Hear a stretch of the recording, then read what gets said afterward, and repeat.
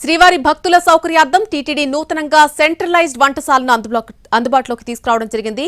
13.5 కోట్ల రూపాయల వ్యయంతో నిర్మించిన వకుళామాత సెంట్రలైజ్డ్ కిచెన్ ని సీఎం చంద్రబాబు ప్రారంభించారు.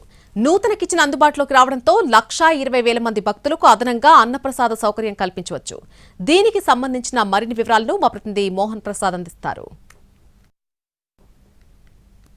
నాణ్యమైన అన్నప్రసాదాలను అందించేందుకు మరో నూతన వంటశాలను టీటీడీ అందుబాటులో తీసుకొచ్చింది. ఇవాల్టి రోజు సీఎం చంద్రబాబు నాయుడు చేతుల మీదుగా ఈ సెంట్రలైజ్డ్ కిచెన్ ను టీటీడీ అయితే ప్రారంభింపజేసింది. దాదాపు 13.5 కోట్ల రూపాయల వ్యయంతో నిర్మించిన ఈ అధునాతనమైనటువంటి సెంట్రలైజ్డ్ కిచెన్ ద్వారా నిత్యం 1,20,000 మంది భక్తులకు అన్నప్రసాద సౌకర్యాన్ని కల్పించేలా కూడా ఏర్పాట్లు చేస్తున్నారు. ప్రస్తుతం స్వామివారి దర్శనానికి విచ్చేస్తున్నటువంటి భక్తులకు అన్నప్రసాదాన్ని అందించడానికి ఆసియాలోని అతిపెద్దదైనటువంటి తరిగొండ వెంగమాంబ అన్నప్రసాద సముదాయాన్ని దాదాపు 30 కోట్ల రూపాయల వ్యయంతో 2008లో టీటీడీ ప్రారంభించింది.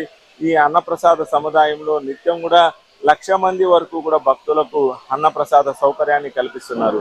అటు తర్వాత టీటీడీ అన్నప్రసాద వితరణను అయితే విస్తరిస్తూ వచ్చింది. అంచెల వారీగా అంటే వైకుంఠం క్యూ కాంప్లెక్స్ లో ఉన్నటువంటి కంపార్ట్మెంట్ లో వేచి ఉన్నటువంటి భక్తులకు కావచ్చు, ఇక క్యూ లైన్ లో వేచి ఉన్నటువంటి భక్తులకు కావచ్చు, యాత్రికుల వసతి సముదాయాల వద్ద ఉన్నటువంటి భక్తులకు, మరోవైపు తిరుమలలో ఉన్నటువంటి 4 ప్రాంతాల్లో ప్రత్యేకంగా ఏర్పాటు చేసినటువంటి ఫుడ్ కౌంటర్ల వద్ద కావచ్చు, ఇలా అన్నప్రసాదాన్ని వితరణకు సంబంధించి ఎప్పటికప్పుడు కూడా టీటీడీ విస్తరణ చేసుకుంటూ వస్తున్నటువంటి నేపథ్యంలో భవిష్యత్ అవసరాలను దృష్టిలో ఉంచుకుని ఈ సెంట్రలైజ్డ్ కిచెన్ అయితే అందుబాటులోకి అయితే టీటీడీ తీసుకొచ్చింది.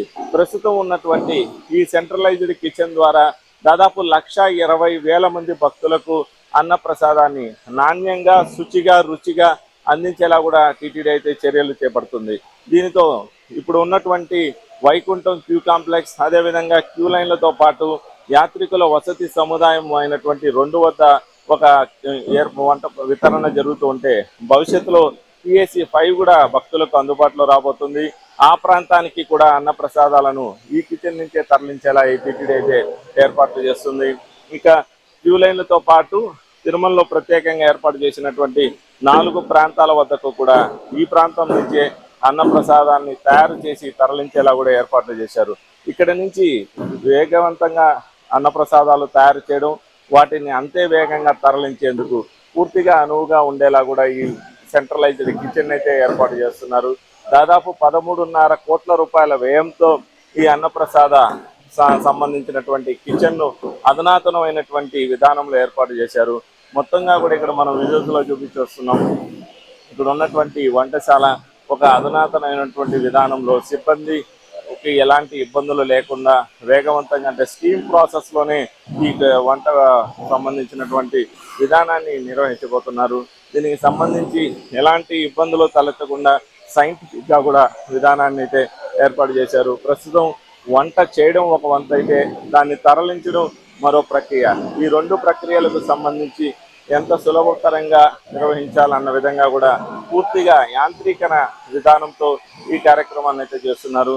ఇక్కడ మనం ప్రస్తుతం ఇక్కడ వండినటువంటి బియ్యాన్ని ఏ విధంగా తరలిస్తున్నారు అంటే అంశాలు కూడా చూపించేటటువంటి ప్రయత్నం చేస్తున్నాం.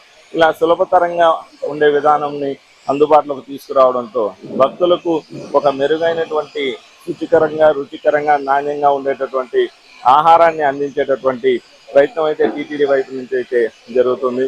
దీంతో నిత్యం 1,20,000 మంది భక్తులకు అన్నప్రసాదాన్ని ఈ వంటశాల ద్వారా అందించేటటువంటి అవకాశం కూడా లభించబోతుంది.